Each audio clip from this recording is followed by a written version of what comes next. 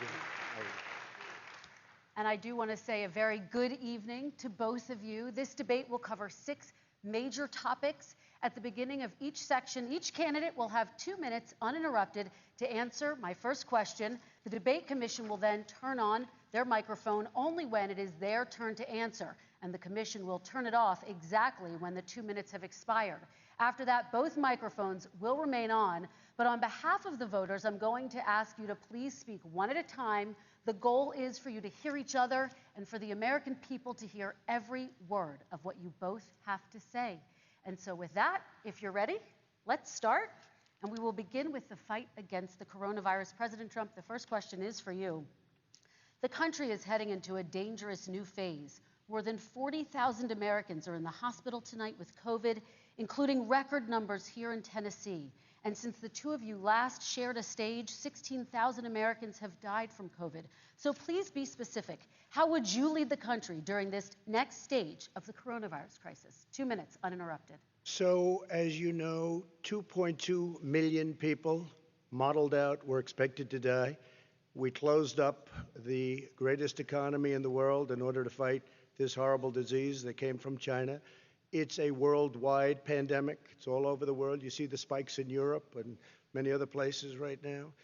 If you notice, the mortality rate is down 85%. The excess mortality rate is way down and much lower than almost any other country. And we're fighting it, and we're fighting it hard. There is a spike. There was a spike in Florida, and it's now gone. There was a very big spike in Texas. It's now gone. There was a very big spike in Arizona. It's now gone. And there are some spikes and surges in other places. They will soon be gone.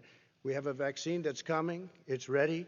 It's going to be announced within weeks, and it's going to be delivered. We have Operation Warp Speed, which is the military is going to distribute the vaccine. I can tell you from personal experience that I was in the hospital. I had it, and I got better. And I will tell you that I had something that they gave me, a therapeutic, I guess they would call it. Some people could say it was a cure. But I was in for a short period of time, and I got better very fast, or I wouldn't be here tonight.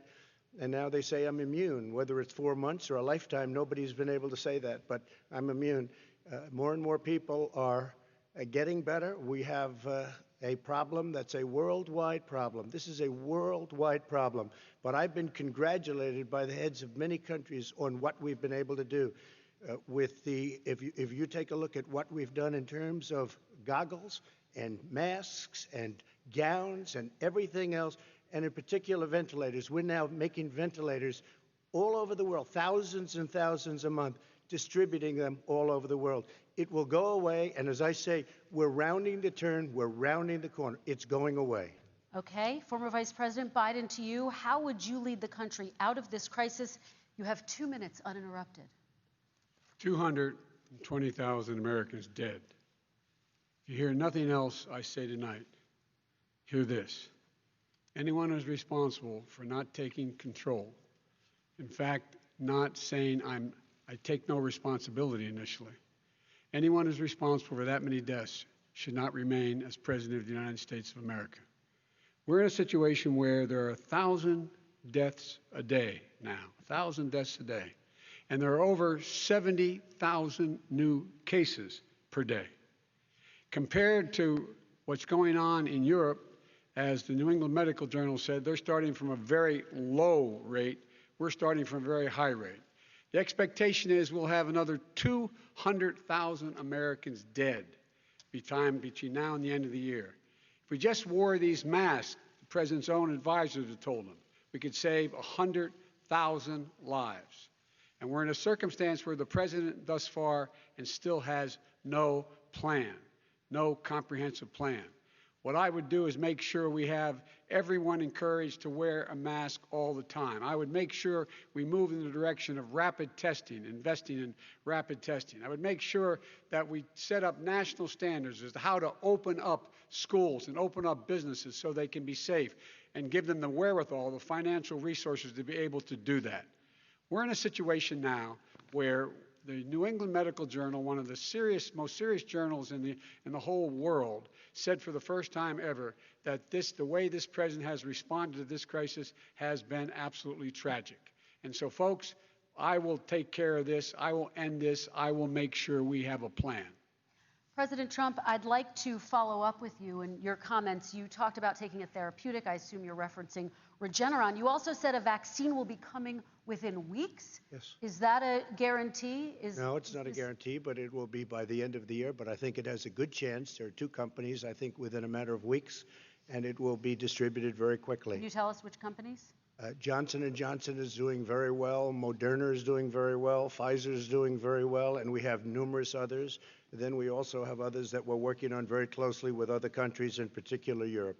Let me follow up with you, and because this is new information, you have said a vaccine is coming soon, within weeks now. Your own officials say it could take well into 2021 at the earliest for enough Americans to get vaccinated. And even then, they say the country will be wearing masks and distancing into 2022. Is your timeline realistic?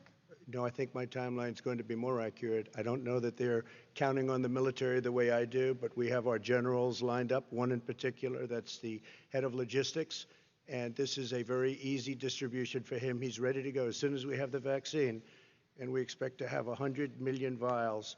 As soon as we have the vaccine, he's ready to go. Vice President Biden, your reaction, and just 40% of Americans say they would definitely agree to take a coronavirus vaccine if it was approved by the government. What steps would you take to give Americans confidence in a vaccine if it were approved? Make sure it's totally transparent.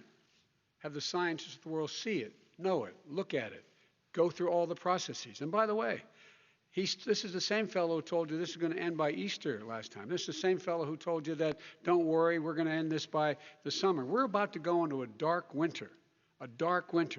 And he has no clear plan, and there's no prospect that there's going to be a vaccine available for the majority of the American people before the middle of next year. President Trump, your reaction, he says you have no plan. I don't think we're going to have a dark winter at all. We're opening up our country. We've learned and studied and understand the disease, which we didn't at the beginning. When I closed and banned China from coming in heavily infected, and then ultimately Europe, but China was in January. Months later, he was saying I was xenophobic. I did it too soon. Now he's saying, oh, I should have, moved quicker. But he didn't move quicker. He was months behind me, many months behind me. And frankly, he ran the H1N1 swine flu, and it was a total disaster, far less lethal, but it was a total disaster. Had that had this kind of numbers, 700,000 people would be dead right now, but it was a far less lethal disease. Look, his own person who ran that for him, who, as you know, was his chief of staff, said it was catastrophic, it was horrible, we didn't know what we were doing. Now he comes up and he tells us how to do this. Also, everything that he said about the way every single move that he said we should make, that's what we've done. We've done all of it. But he was way behind us. Vice President Biden, your response. My response is he is xenophobic, but not because he shut down access from China. And he did it late after 40 countries had already done that. In addition to that, what he did, he made sure that we had 44 people that were in there in China trying to get to Wuhan to determine what exactly the source was. What did the president say in January? He said, no, he said, he's being transparent. The president of China is being transparent. We owe him a debt of gratitude. We have to thank him. And then what happened was we started talking about using the Defense Act to make sure we go out and get whatever is needed out there to protect people. And again, I go back to this. He had nothing. He did virtually nothing. And then he gets out of the hospital and he talks about, don't worry, it's all going to be over soon. Come on. There's not another serious scientist in the world who thinks it's going to be over soon. President Trump, your reaction? I say over soon. I say we're learning to live with it. We have no choice. We can't lock ourselves up in a basement like Joe does. He has the ability to lock himself up. I don't know. He's obviously made a lot of money someplace, but he has this thing about living in a basement. People can't do that. By the way, I, as the president, couldn't do that. I'd love to put myself in the basement or in a beautiful room in the White House and go away for a year and a half until it disappears. I can't do that. And Kirsten, every meeting I had, and I'd meet a lot of families, including Gold Star families and military families, every meeting I had, and I had to meet them. I had to. It would be horrible to have canceled everything. I said, this is dangerous. And you catch it. And, I caught it. I learned a lot. Great doctors, great hospitals. And now I recovered. 99.9 of young people recover. 99% of people recover. We have to recover. We can't close up our nation. We have to open our school, and we can't close up our nation, or you're not going to have a nation. And of course, the CDC has said young people can get sick with COVID-19 and can pass it. Vice President Biden, I want to talk broadly about strategy, though. Can I respond to that? 30 seconds, please, For and then 30 I have a seconds. question. No, number one, he says that we're learning to live with it. People are learning to die with it. You folks home will have an empty chair at the kitchen table this morning. That man or wife going to bed tonight and reaching over to try to touch their, out of habit, where their wife or husband was, is gone. Learning to live with it. Come on. We're dying with it because he has never said, he said it's dangerous. When's the last time? Is it really dangerous still?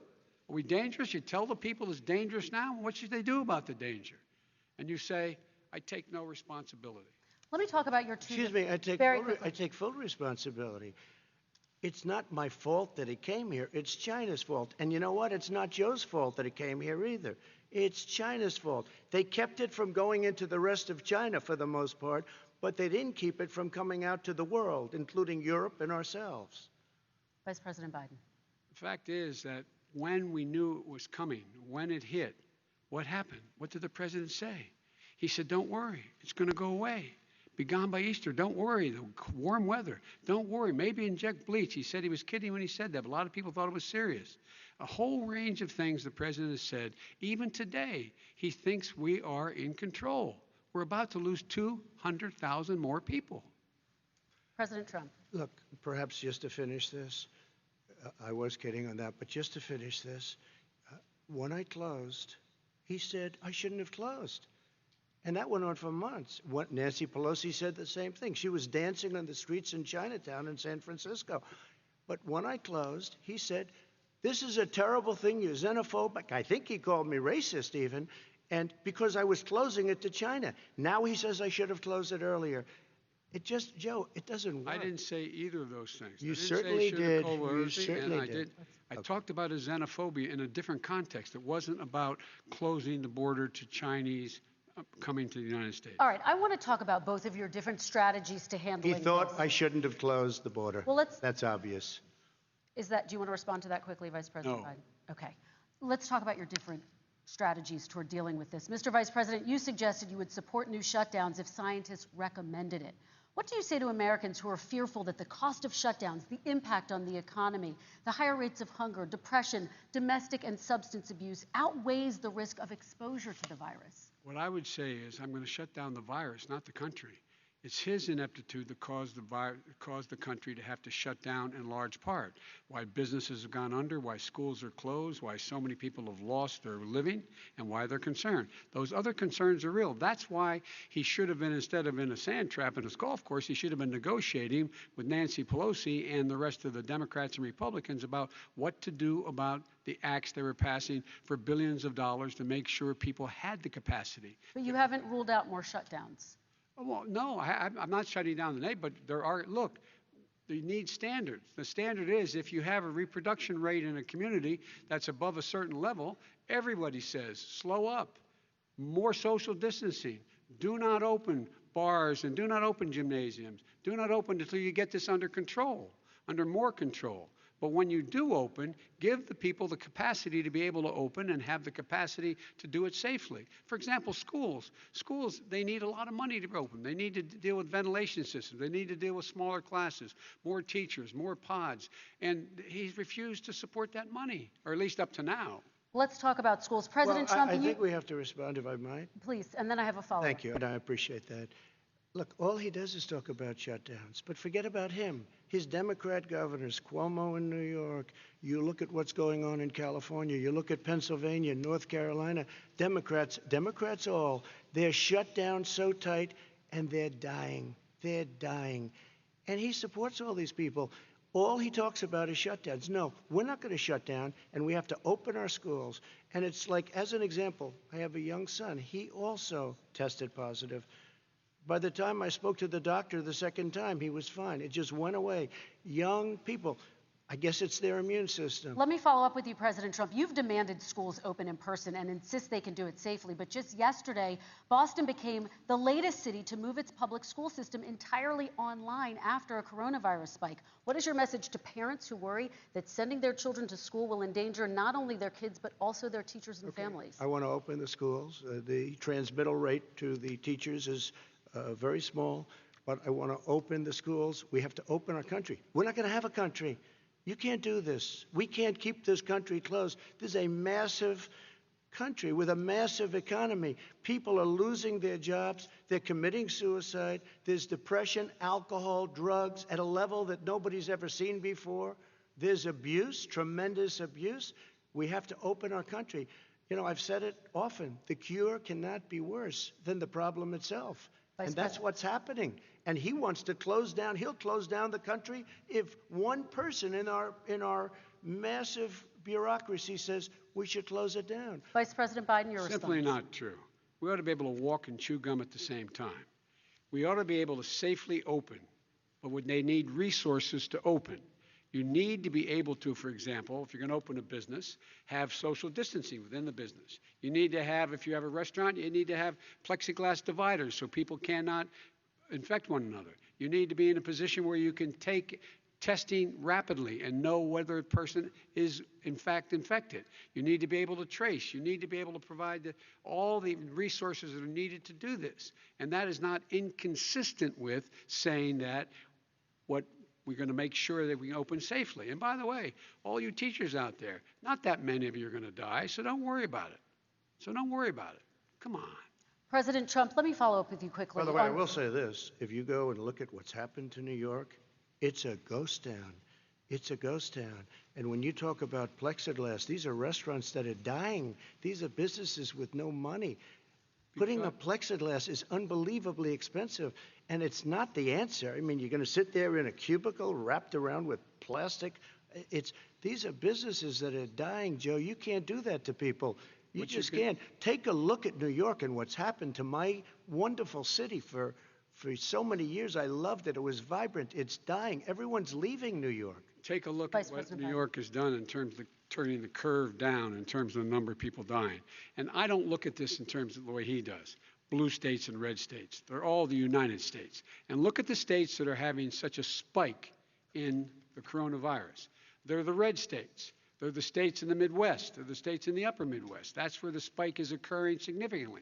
But they're all Americans. They're all Americans. And what we have to do is say, wear these masks, number one. Make sure we get the help that the businesses need that has money's already been passed to do that. It's been out there since the beginning of the summer, and nothing's happened. President, New York has lost more than 40,000 people, 11,000 people in nursing homes. President Trump, what when you say spike, take a look at what's happening in Pennsylvania, where they've had it closed. Take a look at what's happening with your friend in Michigan, where her husband's the only one allowed to do anything. It's been like a prison. Now it was just ruled unconstitutional. Take a look at North Carolina. They're having spikes, and they've been closed. And they're getting killed financially. We can't let that happen, Joe. You can't let that happen. We have to open up. And we understand the disease. We have to protect our seniors. We have to protect our elderly. We have to protect especially our seniors with heart problems and diabetes problems. And we will protect them. We have the best testing in the world by far. That's why we have so many cases. Let me follow up with you before we move on to our next section. President Trump, this week you called Dr. Anthony Fauci, the nation's best-known infectious disease expert, quote, a disaster. You described him and other medical experts as, quote, idiots. If you're not listening to them, who are you listening to as you fight this? I'm listening to all of them, including Anthony. I get along very well with Anthony. But he did say, don't wear masks. He did say, as you know, this is not going to be a problem. I think he's a Democrat, but that's okay. He said, this is not going to be a problem. We are not going to have a problem at all. When Joe says that, I said, Anthony Fauci said, and others, and many others, and I'm not knocking him a lot. Nobody knew. Look, nobody knew what this thing was. Nobody knew where it was coming from, what it was. We've learned a lot. But Anthony said, don't wear masks. Now he wants to wear masks. Anthony also said, if you look back, exact words, here's his exact words. This is no problem. This is going to go away soon. So he's allowed to make mistakes. He happens to be a good person. Vice President Biden, your response quickly, and then we're going to move on to the next section. My response is that think about what the president knew in January and didn't tell the American people. He was told this was a serious virus that spread in the air, and it was much worse than the flu. He went on record and said to one of your colleagues, recorded, that in fact he knew how dangerous it was, but he didn't want to tell us. He didn't want to tell us because he didn't want us to panic. He didn't want us. Americans don't panic. He panicked. But guess what? In the meantime, we find out in the New York Times the other day that, in fact, his folks went to Wall Street and said this is a really dangerous thing. And a memo out of that meeting, not from his administration, but from some of the brokers, said sell short because we got to get moving. It's a dangerous problem. Well, this is I'm going to give you 30 seconds to respond, and then we're going to Wall Street move on. one, I don't know. Somebody went to Wall Street. You're the one that takes all the money from Wall Street. I don't take it. Joe, you have raised a lot of money, tremendous amounts of money. And every time you raise money, deals are made, Joe. I could raise so much more money. As president and as somebody that knows most of those people, I could call the heads of Wall Street, the heads of every company in America. I would blow away every record, but I don't want to do that because it puts me in a bad position. And then you bring up Wall Street. You shouldn't be bringing up Wall Street because you're the one that takes the money from Wall Street, not me. I could blow away your records that like you wouldn't believe. We don't need money. We have plenty of money. In fact, we beat Hillary Clinton with a tiny fraction of the money that she was able to. All right, gentlemen, we're going to move on. Don't tell me about Wall Street. Average contribution, $43. All right, we're going to move on to our next section, which is national security. And I do want to start with the security of our elections and some breaking news from overnight. Just last night, top intelligence officials confirmed again that both Russia and Iran are working to influence this election. Both countries have obtained U.S. voter registration information, these officials say, and Iran sent intimidating messages to Florida voters. This question goes to you, Mr. Vice President. What would you do to put an end to this threat? You have 2 minutes uninterrupted. I made it clear, and I ask everyone else to take the pledge. I made it clear that any country, no matter who it is, that interferes in American elections will pay a price. They will pay a price. And it's been overwhelmingly clear this election, I won't even get into the last one, this election, that Russia has been involved, China has been involved to some degree, and now we learn that Iran is involved. They will pay a price if I'm elected. They're interfering with American sovereignty. That's what's going on right now. They're interfering with American sovereignty. And to the best of my knowledge, I don't think the president said anything to Putin about it. I don't think he's talking to them a lot. I don't think he said a word. I don't know why he hadn't said a word to Putin about it. And I don't know what he has recently said, if anything, to the Iranians. My guess is he'd probably be more outspoken with regard to the Iranians. But the point is this, folks.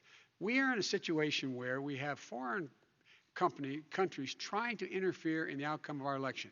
His own national security advisor told him that what is happening with his buddy, I will. His buddy, Rudy Giuliani, he's being used as a Russian pawn. He's being fed information that is Russian, that is not true. And then what happens? Nothing happens. And then you find out that everything that's going on here about Russia is wanting to make sure that I do not get elected the next president of the United States because they know I know them and they know me. I don't understand why this president is unwilling to take on Putin when he's actually paying bounties to kill American soldiers in Afghanistan, when he's engaged in activities that are trying to destabilize all of NATO. I don't know why he doesn't do it, but it's worth asking the question. Why isn't that being done? Any country that interferes with us will, in fact, pay a price because they're affecting our sovereignty.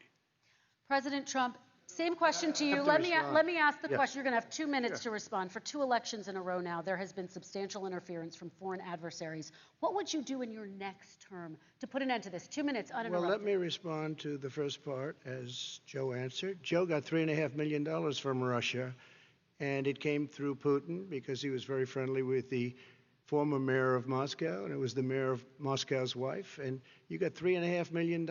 Your family got $3.5 million, and you know, someday you're going to have to explain why did you get 3.5. I never got any money from Russia. I don't get money from Russia. Now, about your thing last night, I knew all about that. And through John Ratcliffe, who is fantastic, DNI, he said the one thing that's common to both of them, they both want you to lose because there has been nobody tougher to Russia. Between the sanctions, nobody tougher than me on Russia. between the sanctions, between all of what I've done with NATO. You know, I've got the NATO countries to put up an extra $130 billion, going to $420 billion a year. That's to guard against Russia. I sold, while he was selling pillows and sheets, I sold tank busters to Ukraine. There has been nobody tougher on Russia than Donald Trump. And I'll tell you, they were so bad. They took over the submarine port. You remember that very well. During your term, during you and Barack Obama, they took over a big part of what should have been Ukraine. You handed it to them. But you were getting a lot of money from Russia. They were paying you a lot of money, and they probably still are. But now, with what came out today, it's even worse.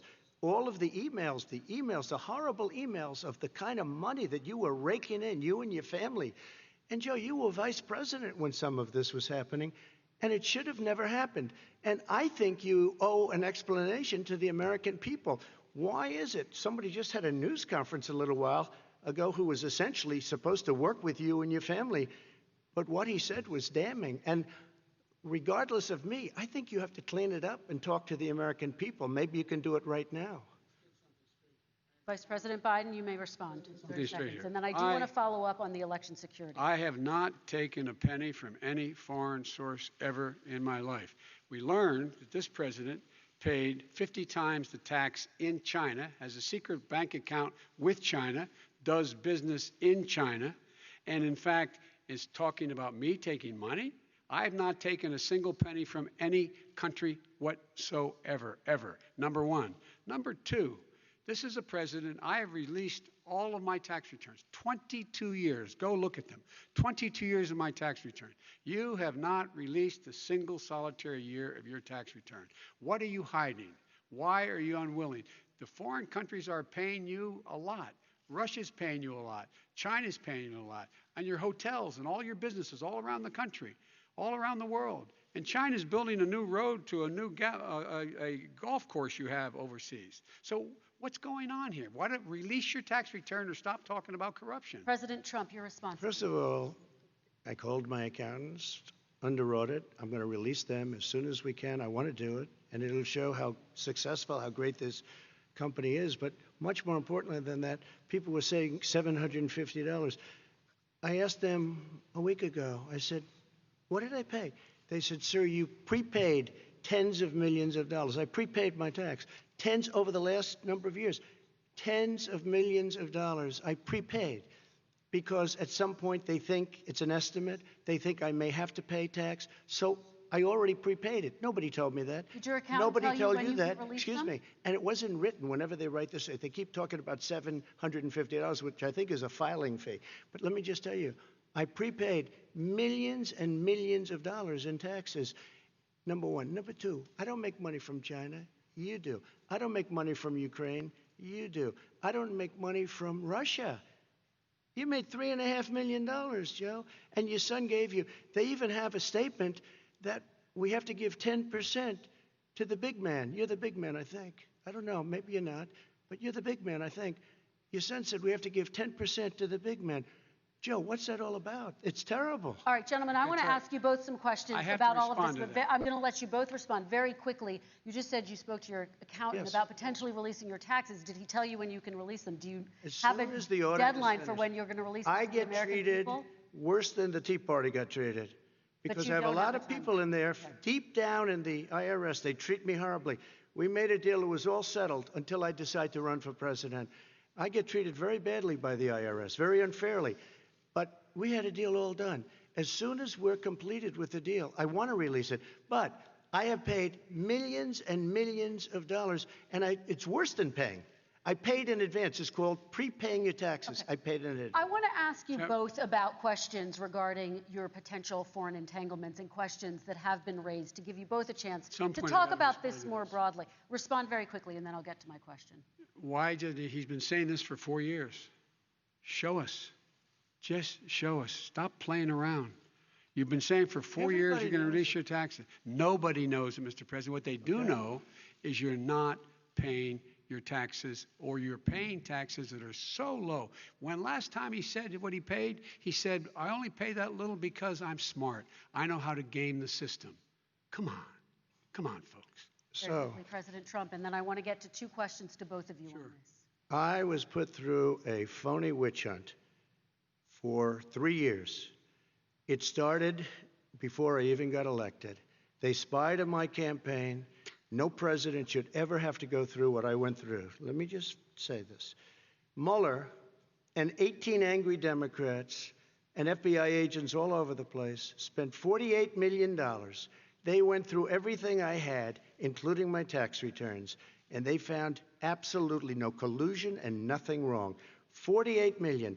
I guarantee you, if I spent 1 million on you, Joe, I could find plenty wrong. Because All the right. kind of things that you've done and the kind of monies that your family has taken, I mean, your brother made money in Iraq. Let me- Millions of dollars. Your other brother made a fortune, and it's all through you, Joe. And they say you get some of it, and you do live very well. You have houses all over the place. You live very well. All right, gentlemen, let me just ask some questions about all of this broadly. Vice President Biden, there have been questions about the work your son has done in China and for a Ukrainian energy company when you were vice president. In retrospect, was anything about those relationships inappropriate or unethical? Nothing was unethical. Here's what the deal. With regard to Ukraine, we had this whole question about whether or not, because he was on the board, I later learned of a Burisma, a company, that somehow I had done something wrong. Yet every single solitary person, when he was going through his impeachment, testifying under oath who worked for him, said, I did my job impeccably. I carried out U.S. policy. Not one single solitary thing was out of line. Not a single thing, number one. Number two, the guy who got in trouble in Ukraine was this guy trying to bribe the Ukrainian government to say something negative about me, which they would not do and did not do because it never, ever, ever happened. My son has not made money in terms of this thing about, what are you talking about? China. I have not had it. The only guy who made money from China is this guy. He's the only one. Nobody else has made money from China. Never President to Trump, deal with let me China. let me By the ask way, my question to you. But and could then I just you'll- one thing? Very quickly. His son didn't have a job for a long time, was sadly no longer in the military service. I won't get into that. And he didn't have a job. As soon as he became vice president, Burisma, not the best reputation in the world. I hear they paid him $183,000 a month. Listen to this. 183, and they gave him a $3 million upfront payment. All right. And he had no energy. I'm going to let the vice president That's respond to that quickly, and then 100% I need to get to a dishonest. question to you. Very No quickly. basis Mr. for Vice that. Everybody investigated that. No one said anything he did was wrong in Ukraine. Okay, President Trump, this is for you. Since you took office, you've never divested from your business. You've personally promoted your properties abroad. A report this week, which was referenced, does indicate that your company has a bank account in China. So how can voters know that you don't have any foreign conflicts of interest? I have many bank accounts, and they're all listed, and they're all over the place. I mean, I was a businessman doing business.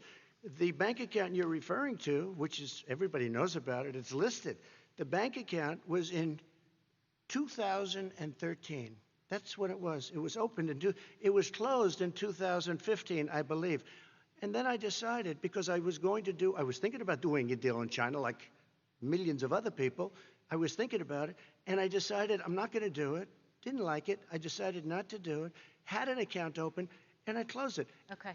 Excuse me. And then, unlike him, where he's vice president and he does business, I then decided to run for president after that. That was before. So I closed it before I even ran for president, let alone became president.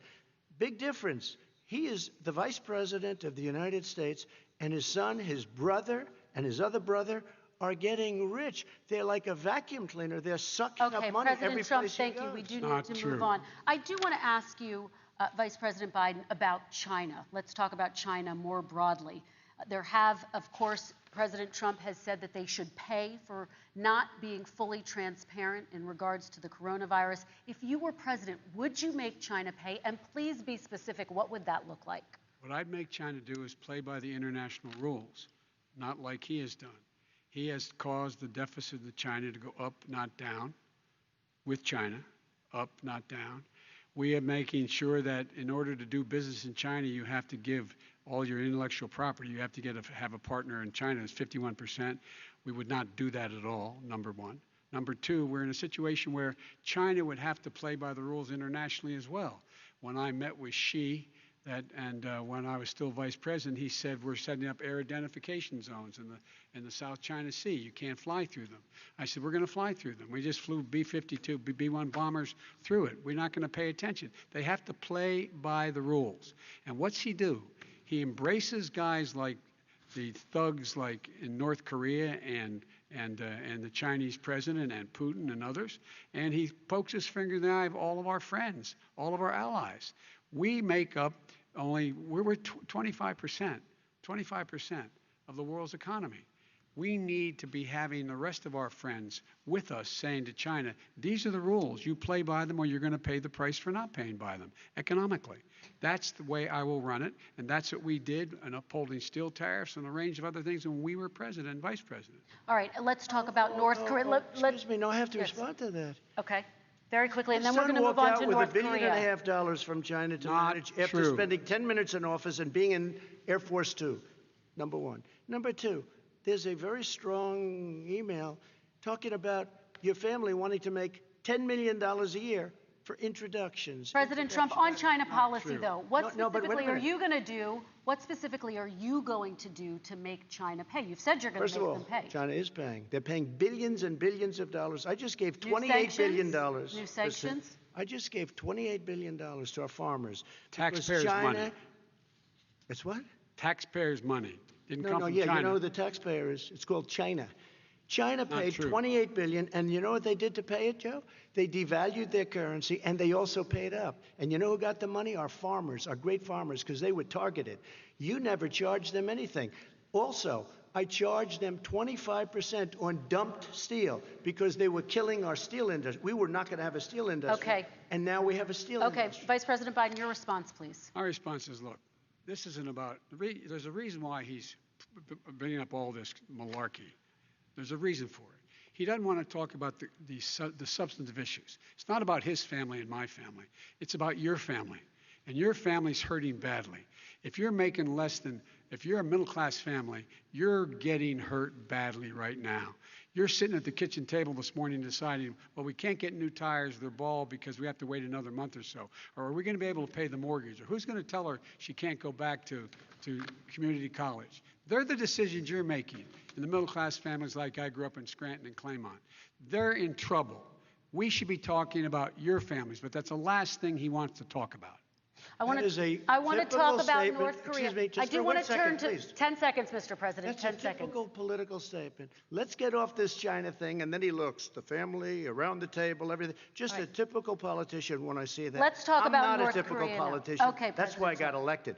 Let's Get off the subject of China. Let's talk sitting around the table. All right. Come on, Joe, you can do better. We're going to talk about North Korea now. President Trump, you've met with North Korean leader Kim Jong-un 3 times. You've talked about your beautiful letters with him. You've touted the fact that there hasn't been a war or a long-range missile test. And yet North Korea recently rolled out its biggest ever intercontinental ballistic missile and continues to develop its nuclear arsenal. Do you see that as a betrayal of the relationship you forged? Just 30 seconds here because we need to get on to the next. So when I met with Barack Obama, we sat in the White House right at the beginning, had a great conversation. It was supposed to be 15 minutes, and it was well over an hour.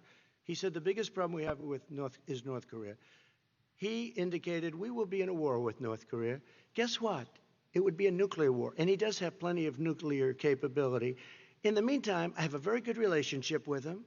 Different kind of a guy, but he probably thinks the same thing about me. We have a different kind of a relationship. We have a very good relationship, and there's no war. And you know, about 2 months ago, he broke into a certain area. They said, oh, there's going to be trouble. I said, no, they're not, because he's not going to do that. And I was right. Look, instead of being in a war where millions of people, Seoul, you know, is 25 miles away, millions and millions, 32 million people in Seoul, millions of people would be dead right now. President we Trump, don't have that's a war, 30 and I have a seconds. good Thank relationship. you. Vice President Biden, to you, North Korea conducted 4 nuclear tests under the Obama administration. Why do you think you would be able to rein in this persistent threat right Because now? I'd make it clear, which we were making clear to China, they had to be part of the deal. Because here's I made it clear, and as a spokesperson of the administration when I went to China, that they said, why are you moving your missile defense up so close? Why are you moving more forces here? Why are you continuing to do military maneuvers with South Korea? I said, because North Korea is a problem, and we're going to continue to do it so we can control them. We're going to make sure we can control them and make sure they cannot hurt us. And so if you want to do something about it, step up and help. If not, it's going to continue. What has he done? He's legitimized North Korea. He's talked about his good buddy who's a thug, and he talks about how we're better off, and they have much more capable missiles, able to reach U.S. territory much more easily than ever did before. Let me follow up with you, Vice President Biden. You've said you wouldn't meet with Kim Jong-un without preconditions. Are there any conditions under which you would meet with him? On the condition that he would agree that he would be drawing down his nuclear capacity to get the Korean Peninsula should be nuclear-free zone. All right, let's move on to American families. Kristen, they tried Very to quickly, meet with 10 him. seconds, They President. tried to meet with him. He wouldn't do it. He didn't like Obama. He didn't like him. He wouldn't do it. Okay, I know got to for give him a fact they chance to tried. respond to that He before we wouldn't move do on. it. And that's okay.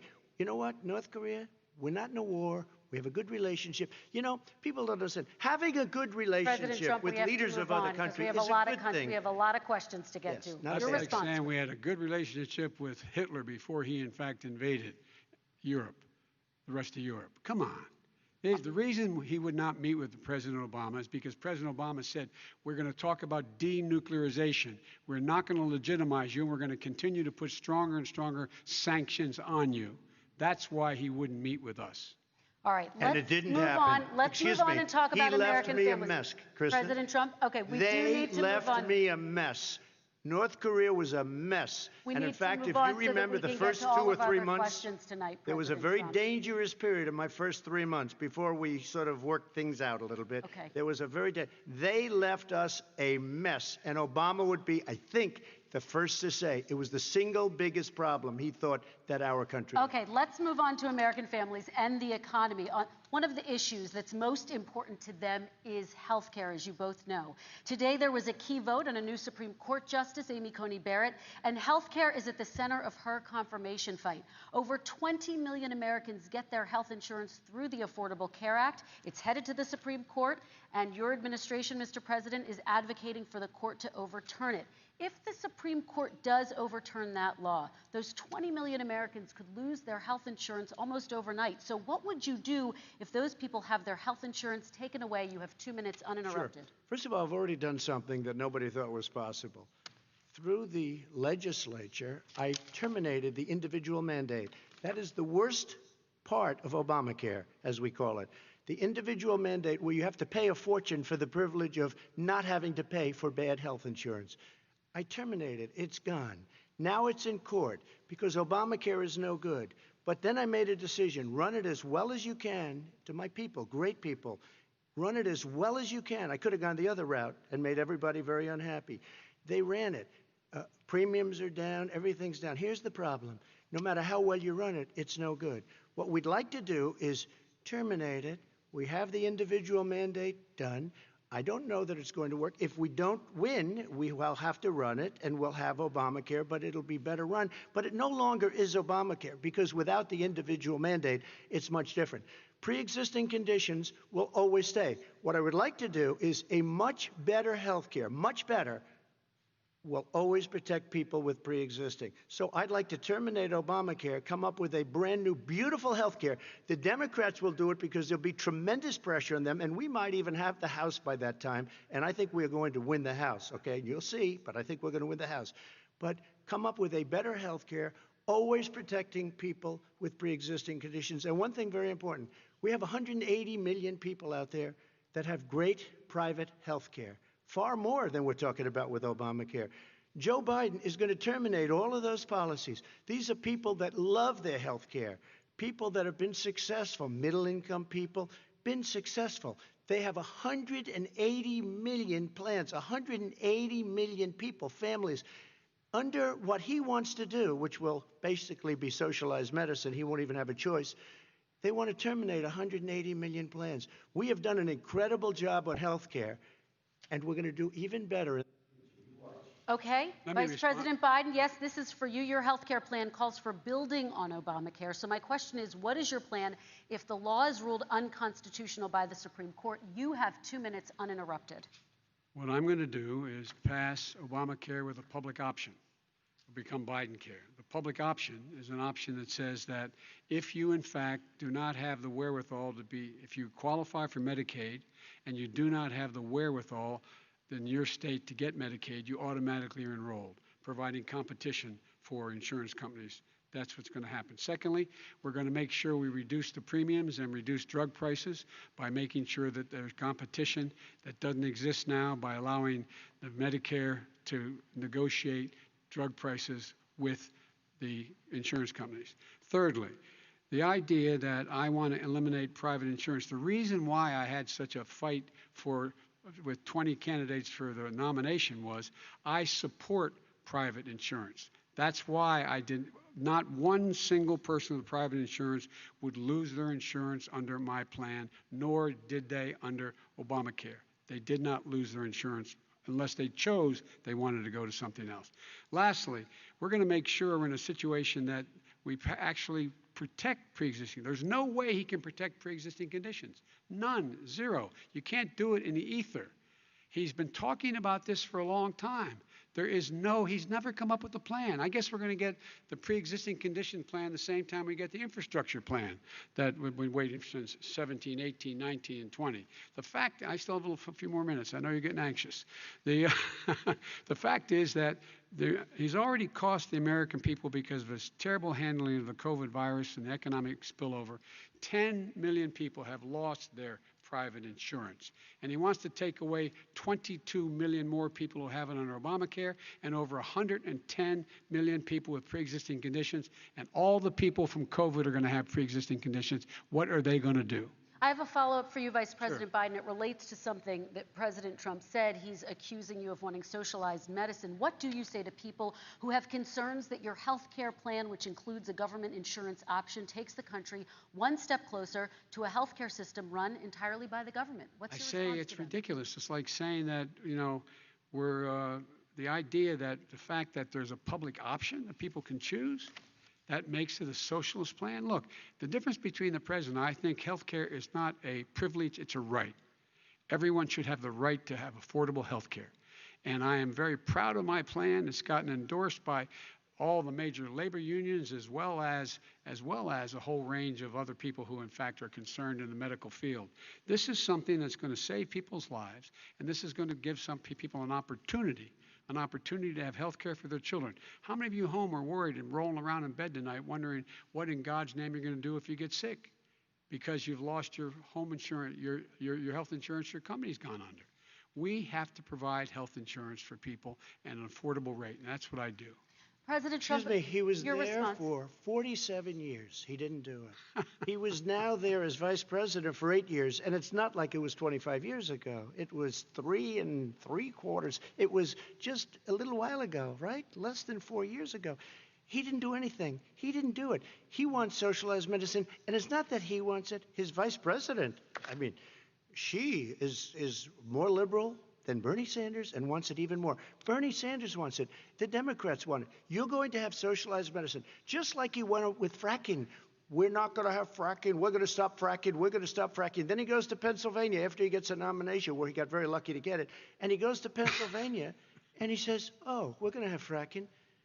And you never asked that question. And by the way, so far, I respect very much the way you're handling this, I have to say. By the way. But somebody should ask the question. You can ask he goes for a year. There will be no fracking. There will be no petroleum. We have a number of topics we're going to get to. That's a big question. We're going to get to. It's the same thing with socialized medicine. I have to respond. Vice President, your response, please. My response is people deserve to have affordable health care, period. Period, period, period. And the Biden care proposal will, in fact, provide for that affordable health care, lower premiums. What we're going to do is going to cost some money. It's going to cost over $750 billion over 10 years to do it. And they're going to have lower premiums. You can buy into the better plans, the cheaper plans, lower your premiums, deal with unexpected billing, and have your drug prices drop significantly. He keeps talking about it. He hasn't done a thing for anybody on health care. Not a thing. Kristen, when Very he quickly, says, then I want to talk when about he what's says happening public on Capitol option, Hill. he's talking about socialized medicine. And when and health care. When he talks about a public option, he's talking about destroying your Medicare, totally destroying, and destroying your Social Security. And this whole country will come down. You know, Bernie Sanders tried it in his state. He tried it in his state. His governor was a very liberal governor. They wanted to make it work. Okay, It let's was let Vice President impossible Biden to work. respond. It doesn't Vice work. President He's Biden, a very your response. confused guy. He thinks he's running against somebody else. He's running against Joe Biden. I beat all those other people because I disagreed with them. Joe Biden he's running against. And the idea that we're in a situation that they're going to destroy Medicare, this is the guy that the actuary at Medicare said, if in fact, at Social Security, if in fact he continues to withhold his plan to withhold the tax on Social Security will be bankrupt by 2023 with no way to make up for it. This is the guy who's tried to cut Medicare. So I mean, the idea that Donald Trump is lecturing me on Social Security and Medicare? Come on. He tried to get 10 rid of seconds, He Mr. tried to hurt President, and then I Social have to go to Security another years question. ago. Years ago.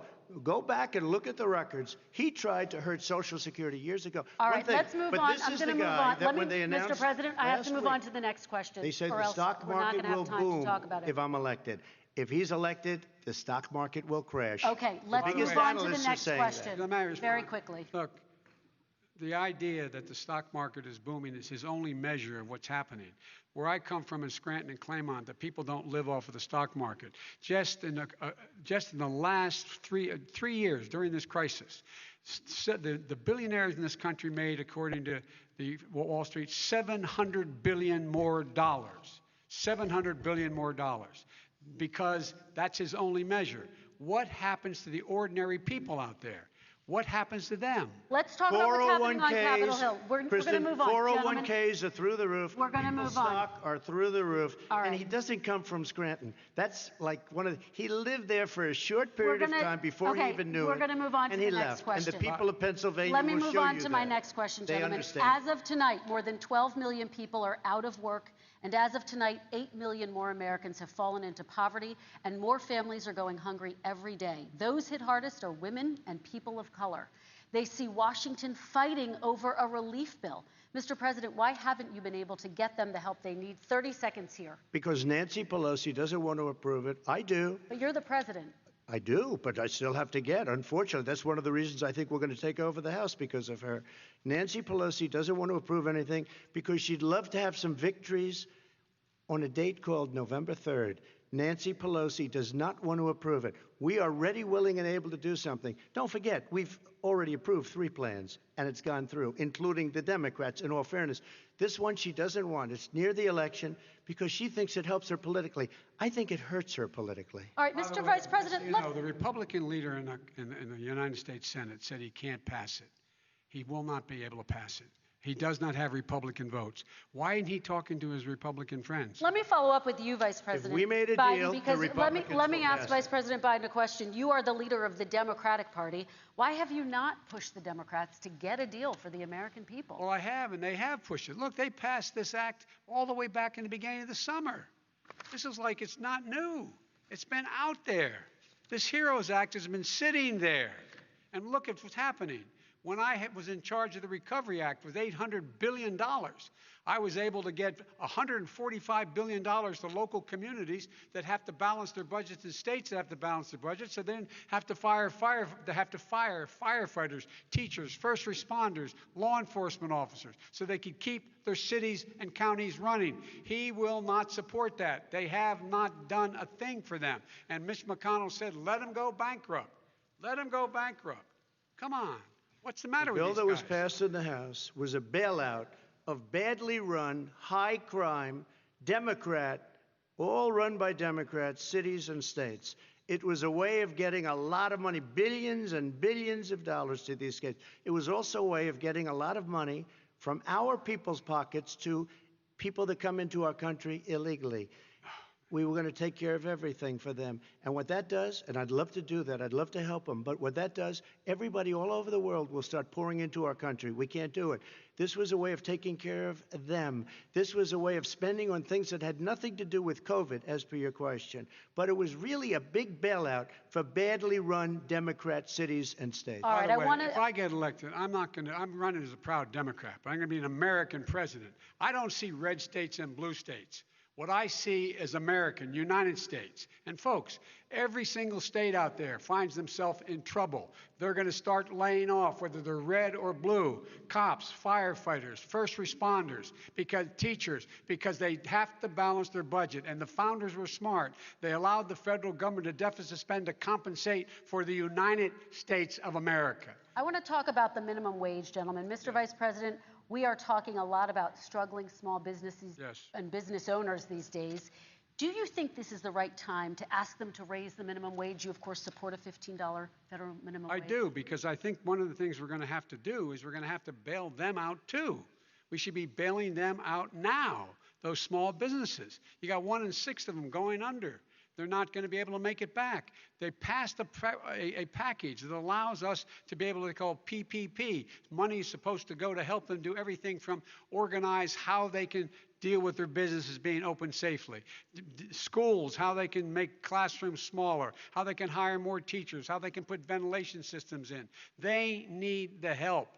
The businesses as well as the schools need the help. But these guys will not help them. Is not giving them any of the money. We are going to move on to immigration, one thing very but I quickly, want he to get said we your have reaction. to help our small businesses by raising the minimum wage. That's not helping. I think it should be a state option. Alabama is different than New York. New York is different from Vermont. Every state is different. It should be a state option. You said very recently. We have to help. It's very important. We have to help our small businesses. How are you helping your small businesses when you're forcing wages? What's going to happen, and what's been proven to happen, is when you do that, these small businesses fire many of their employees. You said very recently you would consider raising the federal minimum wage to $15 an hour. You said recently you would consider raising the federal minimum wage to $15 an hour. Is that still the case? And I would consider it to an extent, but in what I really like, in a second administration, but not to a level that's going to put all these businesses out of business. It should be a state option. Look, I've lived in different places. I know different places. They're all different. Some places, $15 is not so bad. In other places, other states, $15 would be Okay, President Trump, thank you. Quick response, Vice President Biden. 2 jobs, 1 job, be below poverty. People are making $6, $7, $8 an hour. These first responders, we all clap for as they come down the street because they've allowed us to make it. What's happening?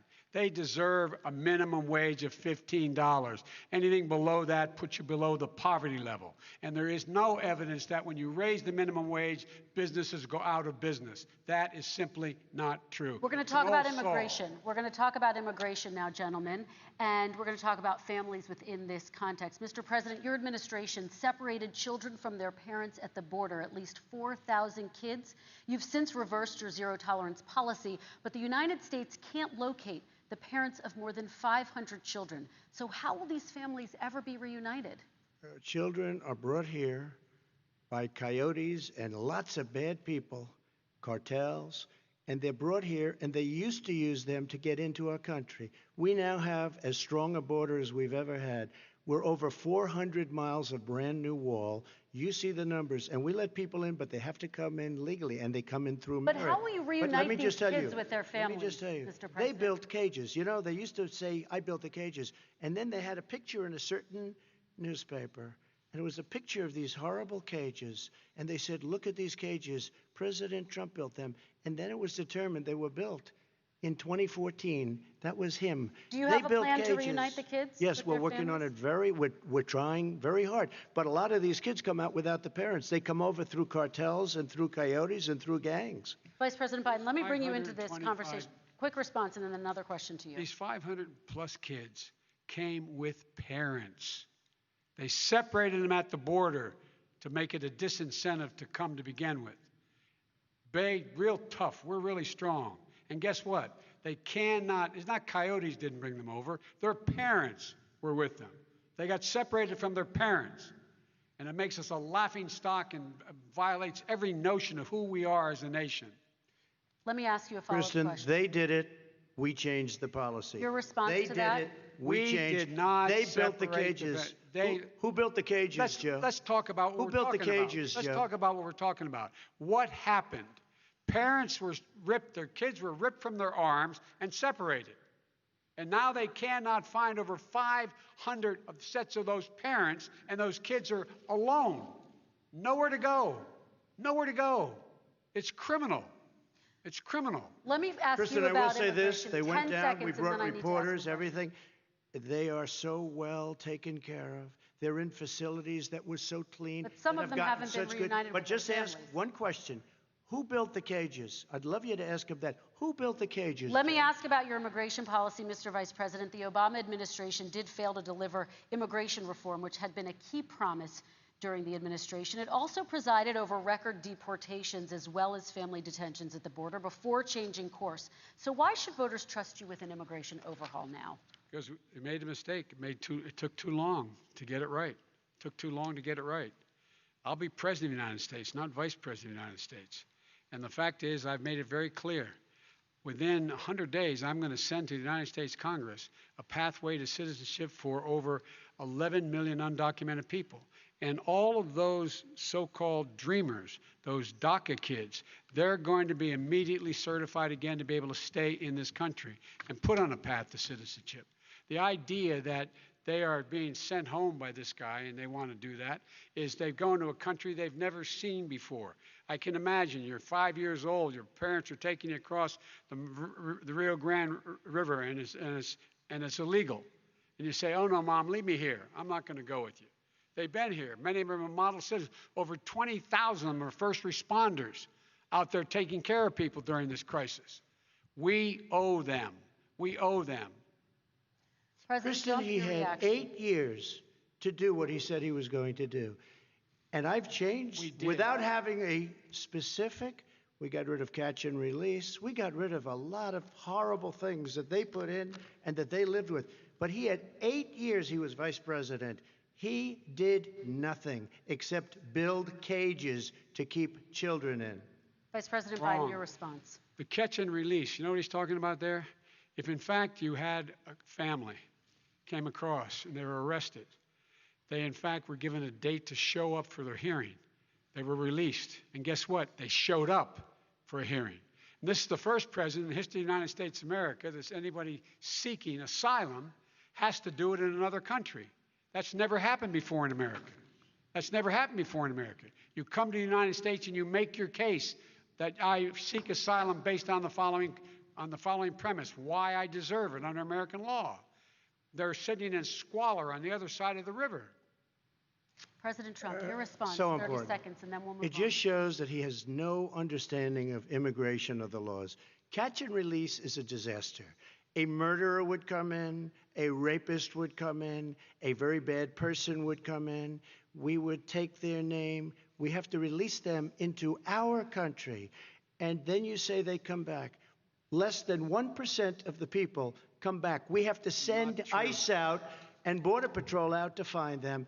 We would say, come back in 2 years, 3 years. We're going to give you a court case. You need Perry Mason. We're going to give you a court case.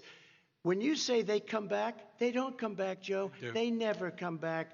Only the really, I hate to say this, but those with the lowest IQ, they might come back. Okay, But President very, Trump, let's very give few. Vice President Biden a chance to respond, and then we're going to move on to the You next don't know section. the law, Joe. Vice President Biden, your response. Know the law, what he's telling you is simply not true. Well, check it out. They don't come back. Check it out. All right, let's move on But we don't have to to the worry next about it because they section. terminated it, so we don't have to worry about Let's it move anymore. on to the next And you have section. 525 kids not knowing where in God's name they're going to be and lost their parents. Go ahead. All right, let's talk about our next section, which is race in America. And I want to talk about the way Black and brown Americans experience race in this country. Part of that experience is something called the talk. It happens regardless of class and income. Parents who feel they have no choice but to prepare their children for the chance that they could be targeted, including by the police, for no reason other than the color of their skin. Mr. Vice President, in the next 2 minutes, I want you to speak directly to these families. Do you understand why these parents fear for their children? I do. I do.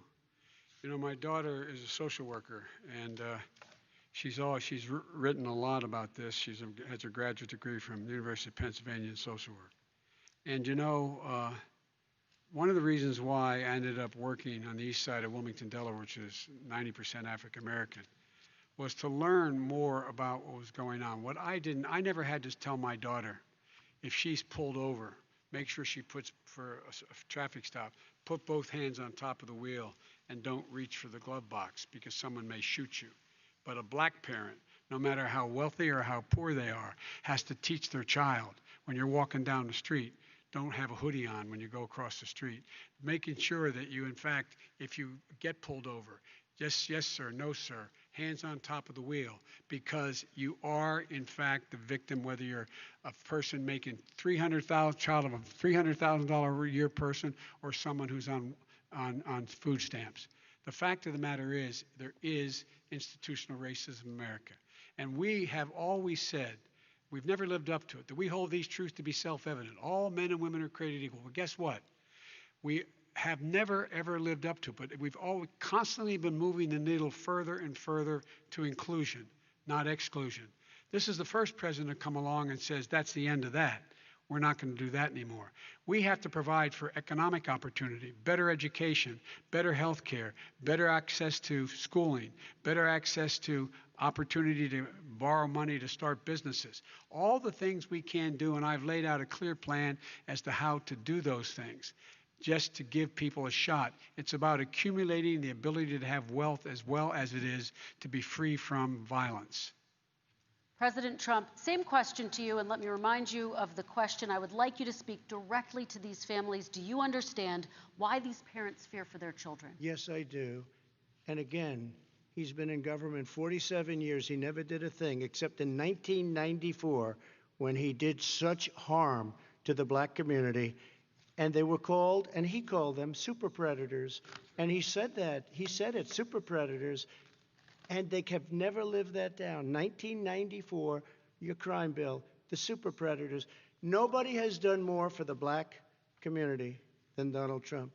And if you look, with the exception of Abraham Lincoln, possible exception, but the exception of Abraham Lincoln, nobody has done what I've done.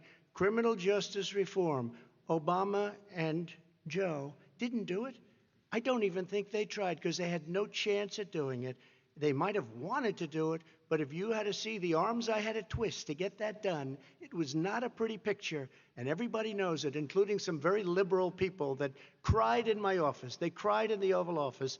2 weeks later, they're out saying, gee, we have to defeat him. Criminal justice reform, prison reform, opportunity zones with Tim Scott, a great senator from South Carolina. He came in with this incredible idea for opportunity zones. It's one of the most successful programs. People don't talk about it. Tremendous investment is being made. Biggest beneficiary, the black and Hispanic communities, and then historically black colleges and universities. After 3 years of coming to the office, I love some of those guys. They were great. They came into the office and they said, I said, what are you doing? After 3 years, I said, why do you keep coming back? Because we have no funding. I said, you don't have to come back every year. We have to come back because President Obama would never give them long-term funding, and I did. 10-year long-term funding, and I gave them more money than they asked for because they said, I think you need more. And I said, the only bad part about this is I may never see you again because I got very friendly with them, and they like me and I like them. But I saved historically black colleges and universities. Okay, and we're going to talk about both of your records, but your response to that, Vice President? My response to that is I never, ever said what he accused me of saying. The fact of the matter is, in 2000, though, after the crime bill had been in the law for a while, this is the guy who said, the problem with the crime bill, there's not enough people in jail. There's not enough people in jail. And go on my website, get the quote, the date when he said it. Not enough people. He talked about marauding gangs, young gangs, and the people who were going to maraud our cities. This is a guy who in the Central Park five innocent black kids, he continued to push for making sure that they got the death penalty. None of them were guilty of the crimes they were suggested. Look, and talk about granted, he did in fact let 20 people, he commuted 20 people's sentences. We commuted over 1,000 people's sentences. Over 1,000. The very law he's talking about is a law that, in fact, initiated by Barack Obama. And secondly, we're in a situation here where the federal prison system was reduced by 38,000 people under our administration. And one of these things we should be doing, there should be no minimum mandatories in the law. That's why I'm offering $20 billion to states to change their state laws to eliminate minimum mandatories and set up drug courts. No one should be going to jail because they have a drug problem. They should be going to rehabilitation, not to jail. We should fundamentally change the system, and that's what I'm going to do. But why didn't he do it 4 years ago? Why didn't you do that 4 years ago, even less than that? Why didn't you do it? You were vice president. You keep talking about all these things you're going to do, and you're going to do this. But you were there just a short time ago, and you guys did nothing. We did. You know, Joe, I ran because of you. I ran because of Barack Obama, because you did a poor job. If I thought you did a good job, I would have never run. I would have never run. I ran because of you. I'm looking at you now. You're a politician. I ran because of you. All right, Vice President Biden, your response to that, and then I do have some questions for both of you. Well, I tell you what, I hope he does look at me, because what's happening here is, you know who I am, you know who he is, you know his character, you know my character, you know our reputations for honor and telling the truth. I am anxious to have this race. I am anxious to see this take place. The character of the country is on the ballot. Our character is on the ballot. Look at us closely. Let me ask some follow-up. Excuse me. Please respond, and then we're going to have follow-up If this stuff is true about Russia, Ukraine, China, other countries, Iraq, if this is true, then he's a corrupt politician. All right. So don't give me the stuff about how you're this innocent baby.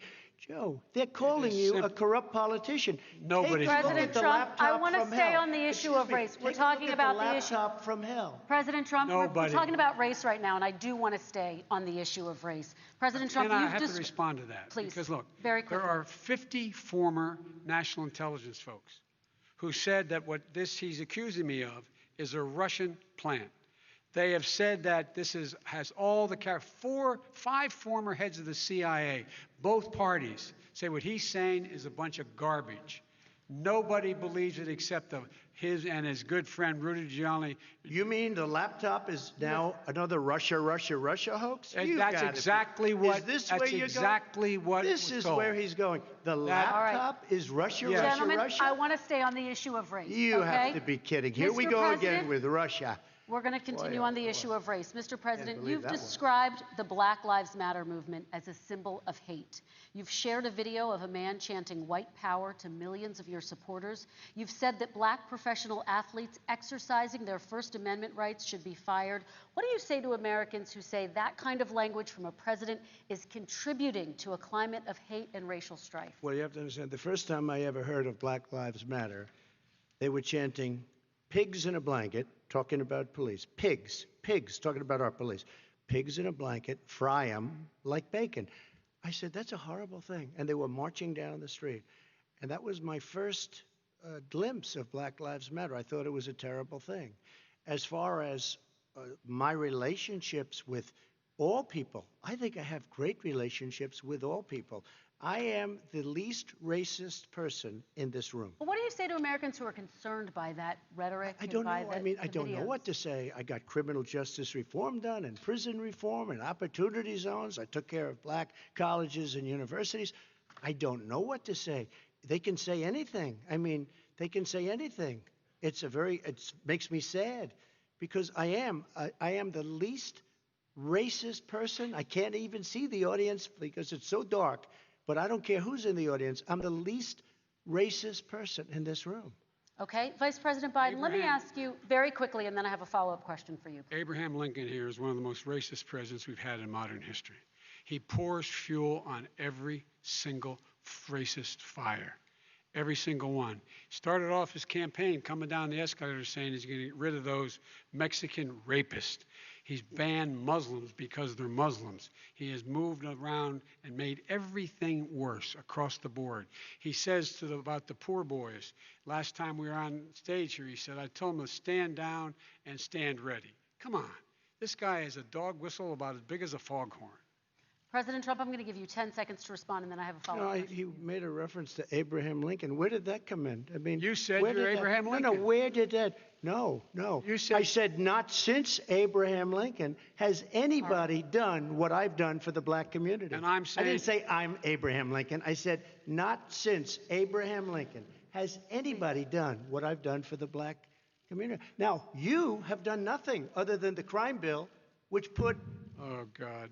tens of thousands of black men, mostly, in jail. All right, let me And you know what? let me They ask remember Vice it President because if you Biden a look at what's question. happening with the voting right now, Let me ask they Vice remember President that you Biden treated them about very, very badly. Just the- take a look at what's happening out there. Vice President Biden, let me give you a chance to respond within this context. Crime Okay. bills that you supported in the 80s and 90s contributed to the incarceration of tens of thousands of young black men who had small amounts of drugs in their possession. They are sons, they are brothers, they're fathers, they're uncles, whose families are still to this day, some of them suffering the consequences. So speak to those families. Why should they vote for you?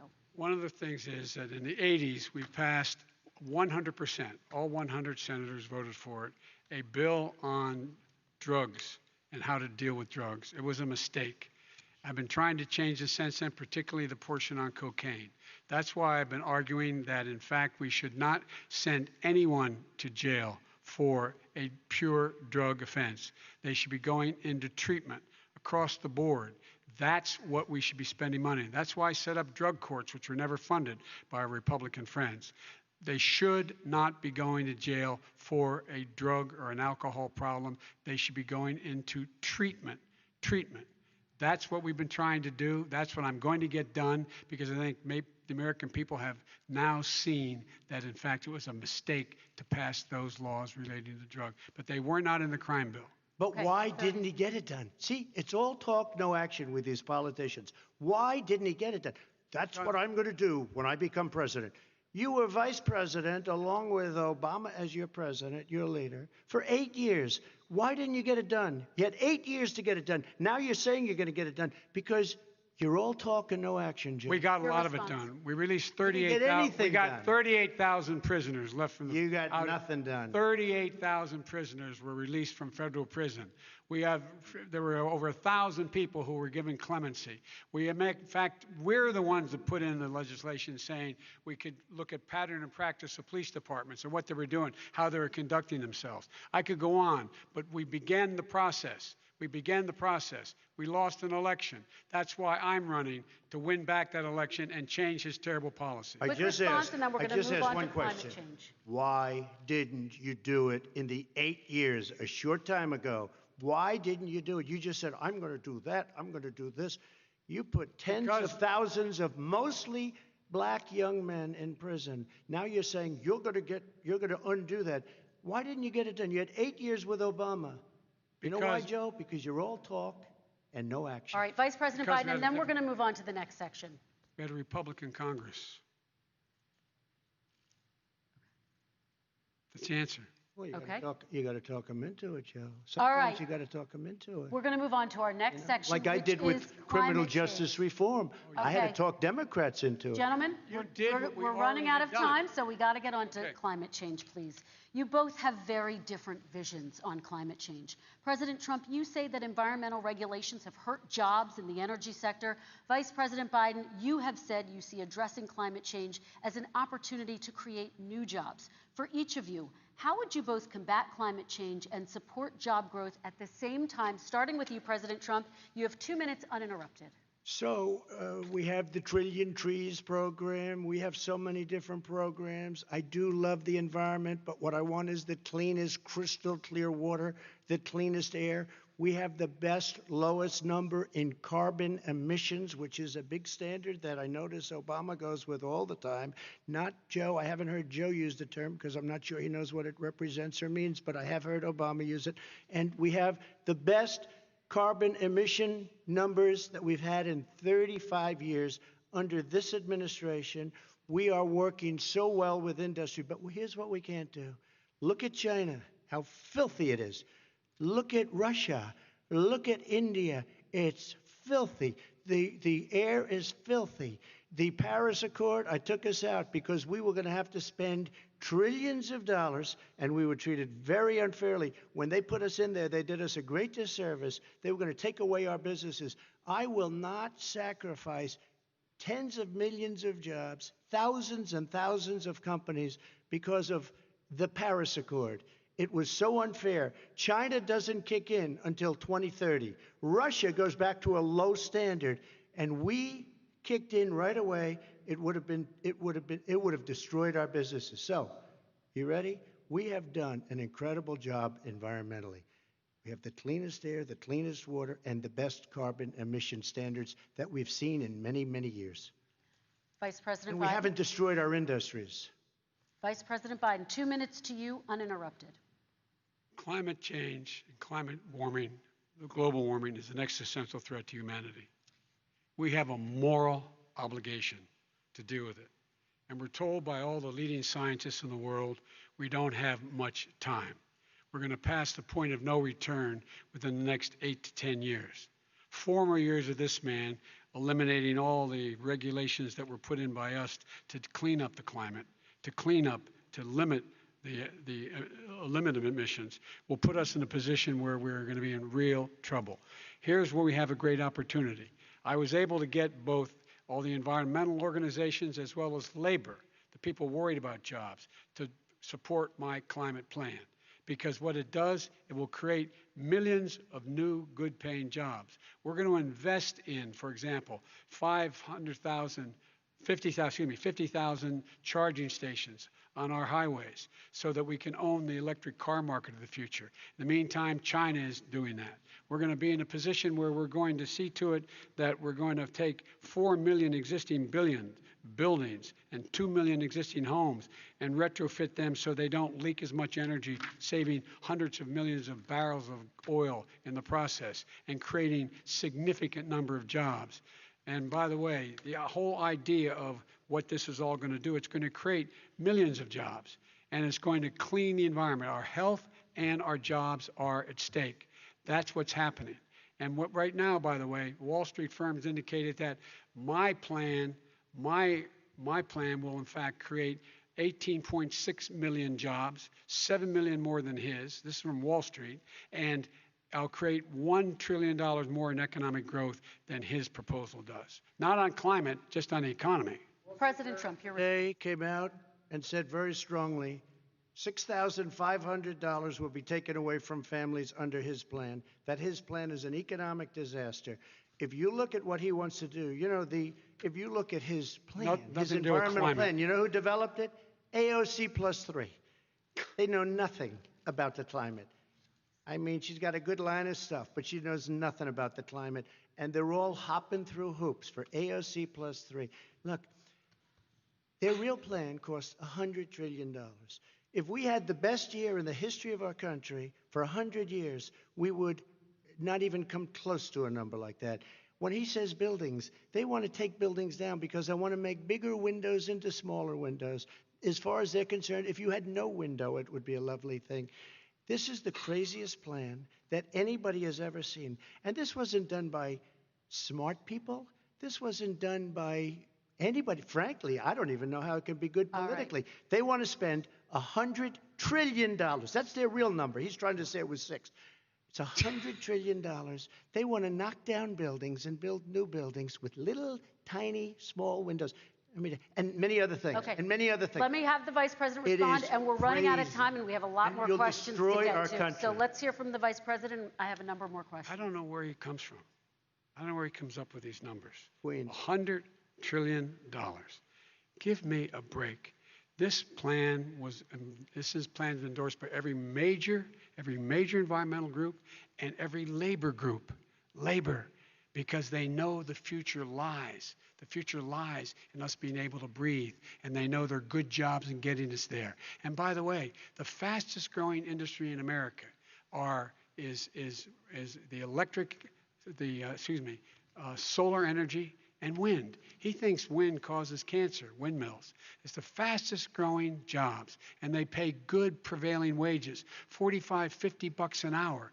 We can grow and we can be cleaner if we go the route I'm proposing. President Trump, Excuse me. please respond, and then I have some We are follow-up. energy independent for the first time.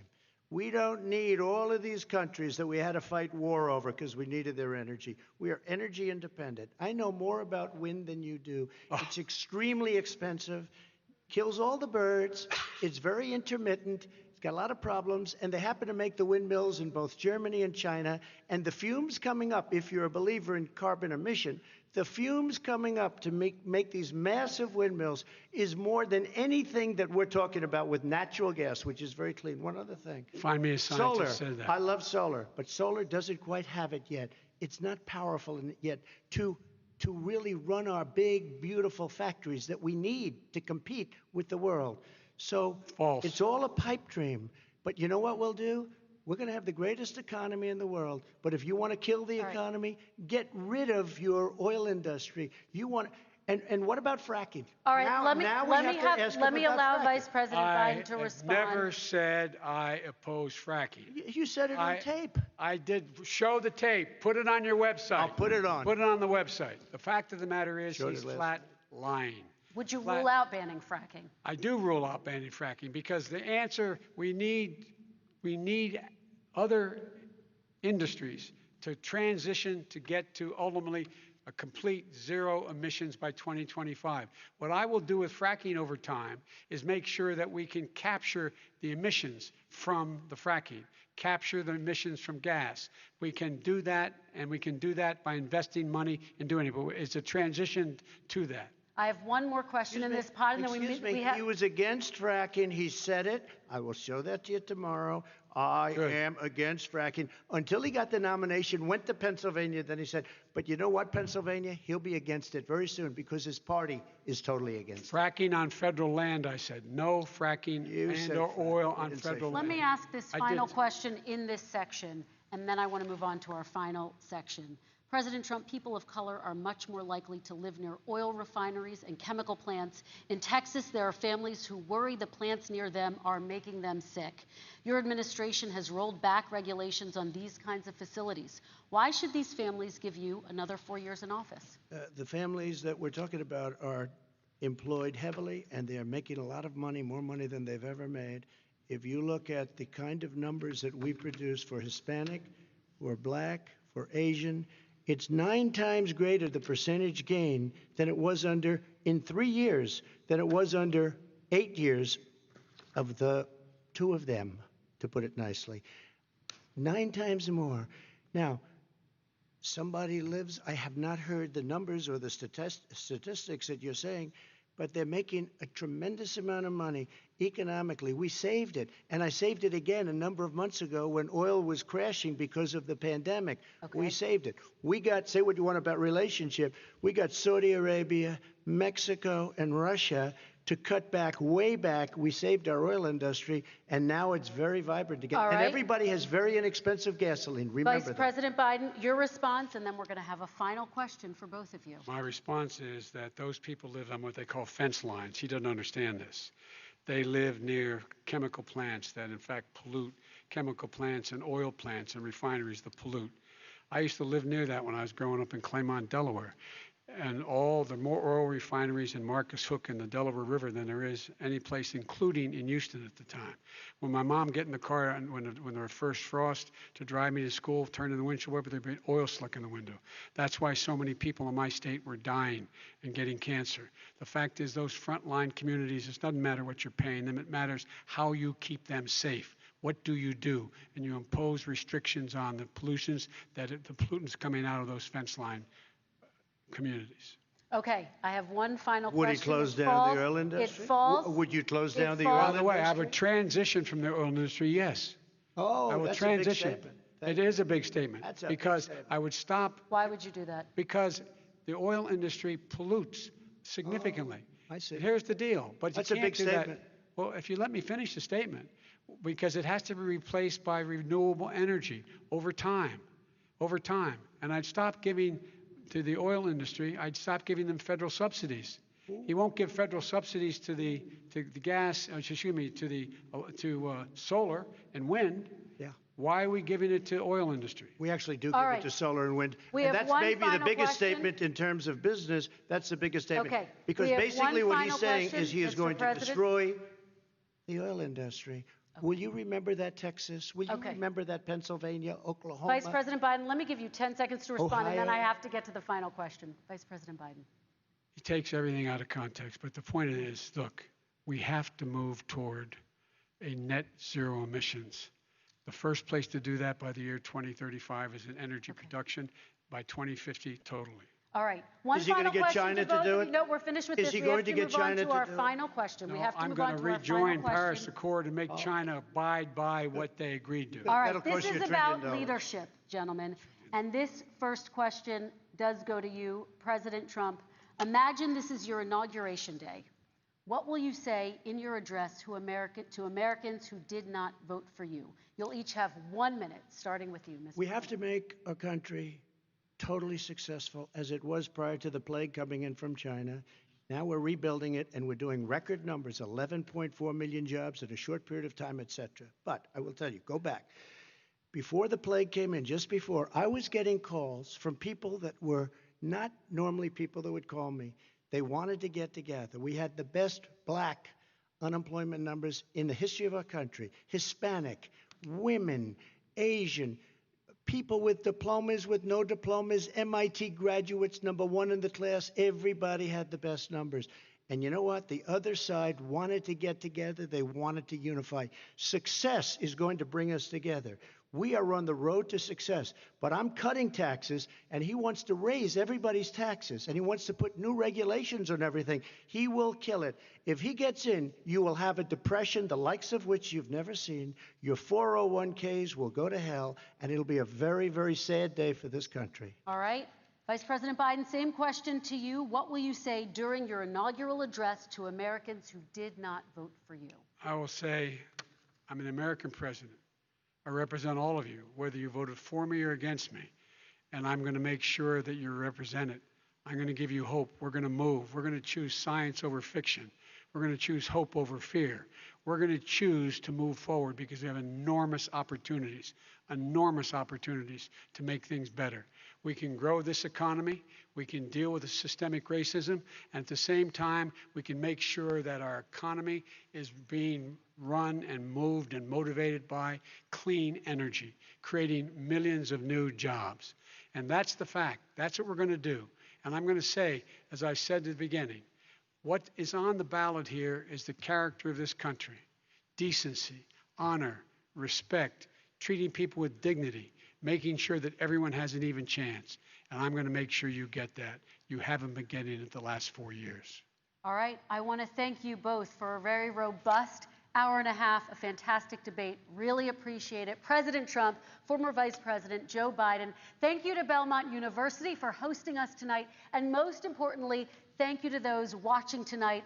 Election Day is November 3rd. Don't forget to vote.